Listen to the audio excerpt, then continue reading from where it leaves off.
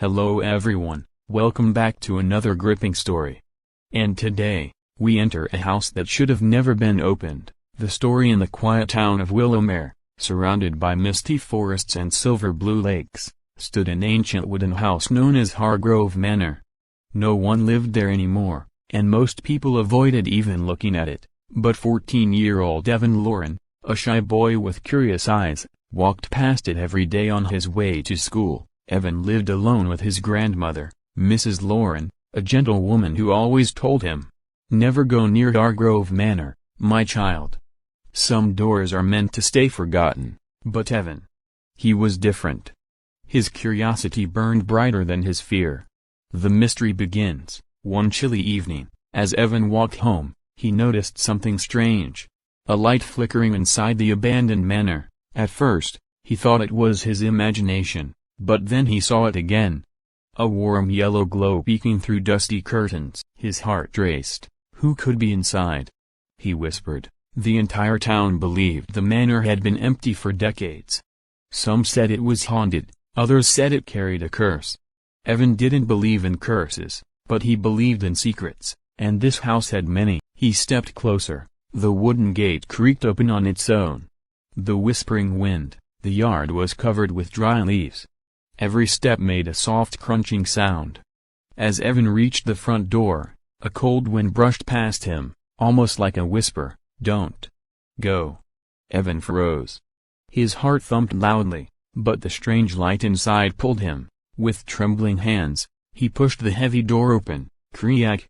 The inside of the manor smelled like dust, old books, and forgotten memories. The light came from a lantern placed on a table in the center of the hall. Evan took a deep breath. "Hello? Is anyone here?" he called. No answer. The forgotten door. Then he noticed it, a small, narrow door at the back of the hall, half hidden behind a torn curtain, a door he had never seen before. It was old, covered in strange carvings. As Evan approached, he felt something. A sudden warmth. As if the door itself was alive. He touched the knob. The carvings began to glow faintly. His breath caught in his throat. Should I open it? But something stronger than fear pushed him. He turned the knob. The door creaked open. Behind it was a small, dim room he had never expected. The room that time forgot. Inside, everything was untouched. A rocking chair that still swung slightly. A cup of tea that looked freshly poured.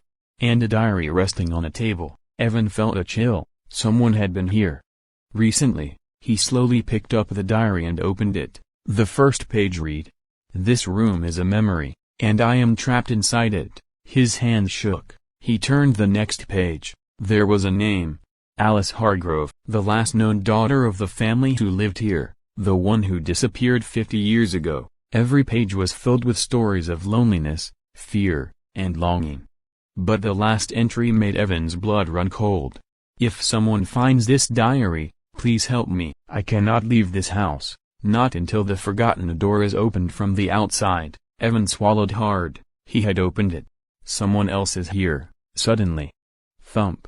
A sound from behind. Evan turned around. A shadow stood near the door. Watching, Evan's heart almost stopped, but then the shadow stepped into the light. It was a girl. A girl with pale skin, long dark hair, and gentle eyes filled with sadness. I'm Alice," she whispered. Evan felt frozen. "But you disappeared 50 years ago." Alice nodded, tears forming in her eyes. "I was trapped in this room. The door could only be opened by someone with a pure heart. Someone brave enough to listen to the whispers of this house." Evan stepped closer. "How do I help you leave?" Alice smiled sadly. "You already did." A warm wind swirled around them. The room began to brighten. Alice's body slowly turned into glowing light.